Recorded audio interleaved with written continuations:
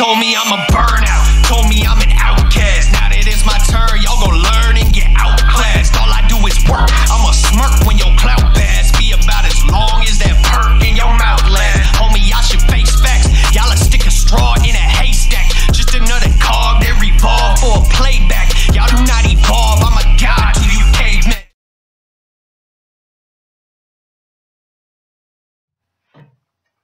Hi, I'm Mark Pulis, and this is Voluntary Visions. This week I'm going to be covering Voltaire. This is satirizing government. Voltaire, Forgotten Freedom Fighters. What does it mean to be a freedom fighter? In this series, I have covered several people that I gave that title to. Some of them were forgotten almost entirely, like Thomas Young. Others are well known, but not for their efforts in the cause of liberty, like Muhammad Ali. So far, the individual, in my opinion, who fits this title freedom fighter the most is Geronimo. Every man and woman that my wife and I have brought to you and introduced you to are interesting, and they're also players in the cause of liberty. They, through their words or deeds, have moved the world closer to a place without the destructive force of the state. Our history is full of these wonderful people, and I look forward to finding more myself. As many of these show, this subject can bring a lot of sadness, such as Geronimo as an example. That doesn't always have to be so. Voltaire is a good example how we might change that a little. In 1717, Francois Marie Arrowette, and throughout this you'll need to excuse my French, if you will, because I don't speak French. I will do the best that I can. Anyway, he was arrested for writing a satirical poem about the King of France and religion called La Henriade. He was promptly imprisoned in the Bastille. Upon his release from this prison, he said, quote, "I thank your Royal Highness for providing me with food, but I hope you will not hereafter trouble yourself with my lodging." This man went on to rename himself Voltaire. His literary works are celebrated to this day as masterpieces, not only as a love for those works, but also for his wit and comments on the politics and religion of the time. Voltaire is credited for helping to influence the French people to rebel against their repressive and oppressive monarchy. I absolutely adore Voltaire. My brother frequently teases me about my obsession with him. Voltaire's thoughts and views are amazing on all subjects that interest me. He destroys with his humor both kings and popes, and does it with so much style that they barely know that it happened. It is unsure exactly when Voltaire was born.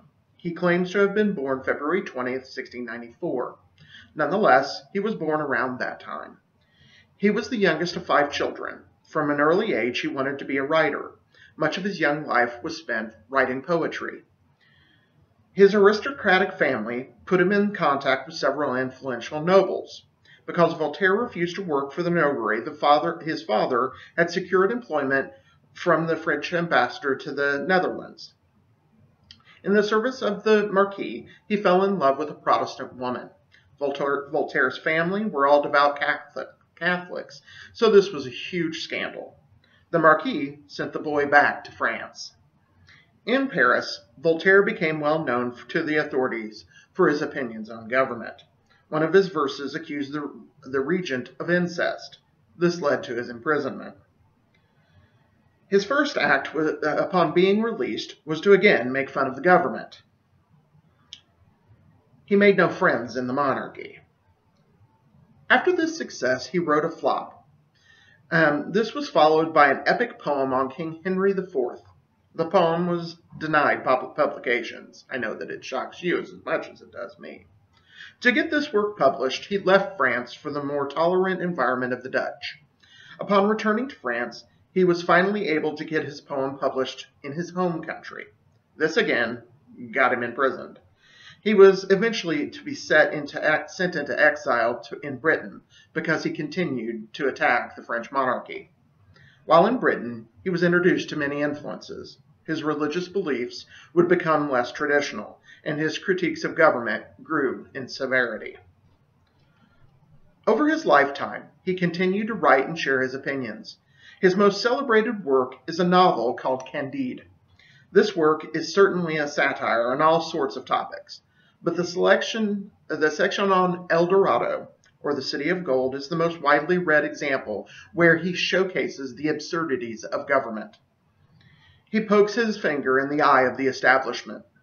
The roads in El Dorado were made of gold and fine gems. The main characters were impressed by the wealth and presented it to the natives of the Central American city, who promptly threw it to the ground. Gold was nothing more than road gravel to these strange inhabitants. In this land there was no courts of law. The inhabitants paid homage not to laws and governance, but to science and nature. The two outsiders in this fabulous and peaceful city recognized that this was a better place than their homelands. Still, they did not learn the many lessons that could be gained in El Dorado. Upon leaving, they asked that they might take nothing more than some road rocks with them. Although Voltaire, like John Locke before him, was not what I would call a voluntarist, he was just another voice about individual rights. His writings, along with his sometimes friend Rousseau, would help inspire the French Revolution. Here are a couple of quotes that show his opinion of self-ownership. Quote, "Man is free at the moment he wishes to be." And, "Liberty is not and cannot be anything but the power of doing what we will." He says these things of freedom. Quote, "Virtue supposes liberty, as the carrying of a burden supposes active force. Under coercion there is no virtue, and without virtue there is no religion. Make a slave of me, and I shall be none for the better of it." Or, "So long as the people do not care to exercise their freedom, those who wish to tyrannize will do so. For tyrants are active and ardent, and will devote themselves, in the name of any number of gods, religions, and otherwise, to put shackles upon sleeping men." This quote brings to mind an analogy so many people in the freedom movement make, when they say that they were awakened by this or that. His influence is everywhere. A few years ago, Judge Andrew Napolitano used one of Voltaire's quotes as the title of one of his books. The quote is, "It is dangerous to be right when the government is wrong." Our movement is full of the spirit of Voltaire. With these quotes, I have shown how he feels about freedom. He despised governments as well. He once stated how he thought the best government would be constituted. He said, quote, "An ideal form of government is democracy tempered with assassination." Imagine how our current set of government officials would feel about that quote, with their approval numbers seldom being able to break double digits. Or think of how his home country right now might feel about that too, as guillotines yet again are rolling into French streets in the Yellow Vest movement. For truthfully, he did not like democracy and said of the public, quote, "The public is a ferocious beast. One must either chain it or flee from it. Monarchy was, in his opinion, just as bad. Quote, the sovereign is called tyrant who knows no law but his caprice." It was his opinion that those who were in power were corrupt. He faced these kings with his sharp tongue and would not be forced into submission. As a warning to those who still believed they were free under the governments of the time, he wrote this, quote, "To learn who rules over you, simply find out who you are not allowed to criticize." Apply that today, and you will quickly learn that political correctness has us all serving many, many masters. Today, the wisdom of Voltaire can be applied to several issues that libertarians care about. Taxation. Quote, "The art of government consists of taking as much money as possible from one party of citizens to give to the other." Fiat currency. Quote, "Paper money eventually returns to its intrinsic value, zero." Likely the best example of his membership in the history of the freedom movement are his opinions on war and patriotism. Quote, and this is probably my favorite quote by Voltaire. Quote, "It is forbidden to kill. Therefore, all murders are punished, unless they kill in large numbers and to the sounds of trumpets." And it's lamentable that to be a good patriot, we must become the enemy of the rest of mankind. I realize that to compare these quotes to the actions of people who have actively fought against oppression and the government might seem foolish to some. I disagree. I study history, and yes, many of the battles for liberty were fought on a field with one soldier defeating another. It is better, in my opinion, that those wars never had been fought.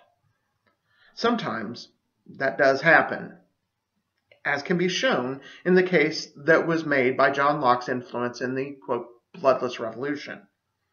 It is in the arena of ideas that we will win. No one wins in a war, even struggles fought for freedom. Imagine the genius that would have come out of Thomas Young had he survived the Revolutionary War, or had it never been waged. Geronimo might have become the best Native American mind if his will to be free had not needed to pick up an arm. In the spirit of Voltaire, with wit and comedy, that must inspire us to lay down the arms and allow our pens their rightful place. What also is important about Voltaire is that he likes to make you laugh. I watch this all the time in our movement. I've personally experienced it as well. I have gotten to know some wonderful people. A good friend of mine, Adam Kokesh, is certainly an intense person to know. But watch any of his videos and you can see that trickster in him. And it has caused me to laugh out loud on many occasions. As the campaign set around in Arizona last year, just before the convention, the room had been full of planning and conversations about many serious topics. Without warning, Adam put on a Weird Al Yankovic song called Tinfoil and erupted into song. Ben, our chief strategist, is full of amusing stories that always lighten the mood. To be clear, Ben is no longer an official member of the campaign, but he is a good friend. Our meetings are fun and usually involve an element of irreverence. I love the freedom movement. Voltaire possesses this energy, and it is by his example that we will be successful. He lived in a time where a person who challenged authority was usually immediately imprisoned or killed. Yet, because he was able to reach people with his humor, he survived and is considered a literary master. In closing, here are two more quotes that I find enlightening. The first is about our challenge ahead. Many people in this country are stuck in the paradigm that the government or society has attempted to lock them into. Voltaire warned, quote, "It is difficult to free fools from chains they revere." In my experience, that is certainly true. The good news is that once someone is free from those chains, they seldom put them back on. We are a growing movement. The final quote is concerning our opponents. In our case, the government. This quote, in that case, could never have been more true. Quote, I have never made but one prayer to God, a very short one. O Lord, make my enemies ridiculous. And God granted it. Thank you very much. Please like, comment, and I'd love a tip. Give me a little bit of money and I can continue what I'm doing. This has been Voluntary Visions. I'm Marcus Pulis. Thank you very much.